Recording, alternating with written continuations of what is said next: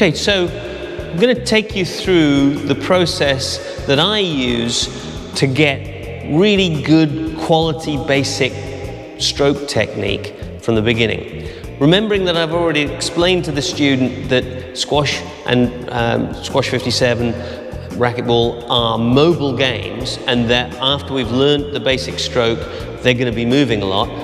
Now we're going to try and give them a beautiful stroke that will last them all their lives. Now, to do that, what I do is a combination of teaching methods. I do some explanation, I do some actual modeling where I ask their permission if it's okay if I touch them, but I put them into positions and I take them through the stroke and get them to mimic me. So all of those teaching systems used to try and produce a world-class looking stroke, okay? So we're going to have John here as our pretend beginner student, and he's going to use his right hand, which he really is a beginner at, and we'll go from there. So first of all, I'm actually going to have John turn and face the other way, because we're going to go through the forehand stroke first of all. So the first thing I would do is I would ask John to mimic me, and I would stand here with my racket up above my head, my left hand pointing out, my fingers which are going to be used to feel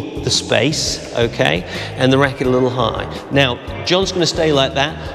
I might make a couple of adjustments, so I might say, John, is it okay if I touch you? Thank you. And I'm going to bring it up a little bit higher, and I'm going to have these fingers open a little bit wider so that these sense receptors are being used to feel, and I'm going to have your feet a little bit wider. I want your feet the width of your shoulders apart in all directions, so maybe a little bit more in that direction as well, and just bring your back foot towards me, straight towards me, and lean forwards so your head is always just in front of the leading foot, okay?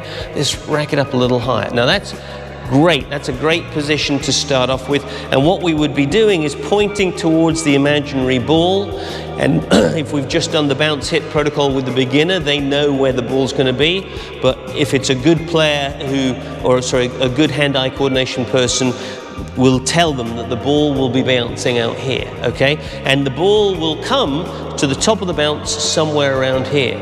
Now, what I want you to do, John, is keep your racket still for a moment, and I'm going to glide your left hand, start it gliding away. Keep your head still, don't move anything else.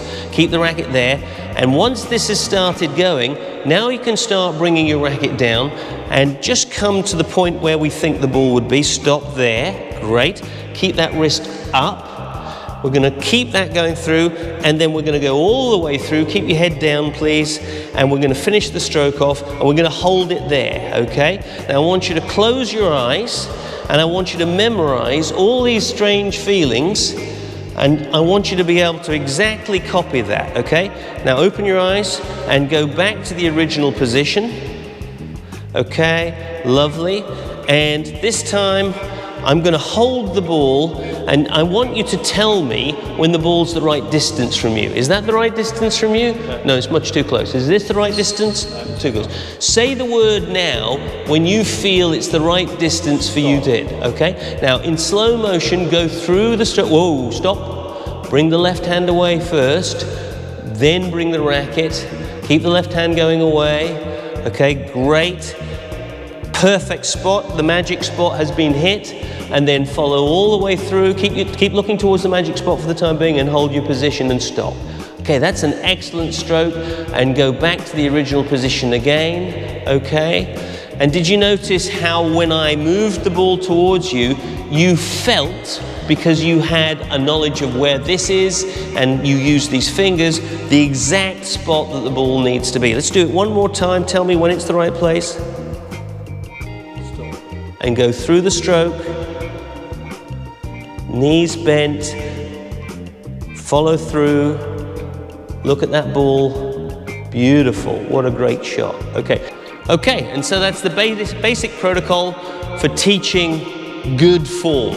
After we've done that, we might, in the next lesson, try some faster balls and show people how to change the preparation slightly to a shorter preparation, and then eventually we might be doing some exercises with really fast feeds where they're just using a short swing, always informing them of the progressions that we're going to make and the reasons for making those progressions. All right?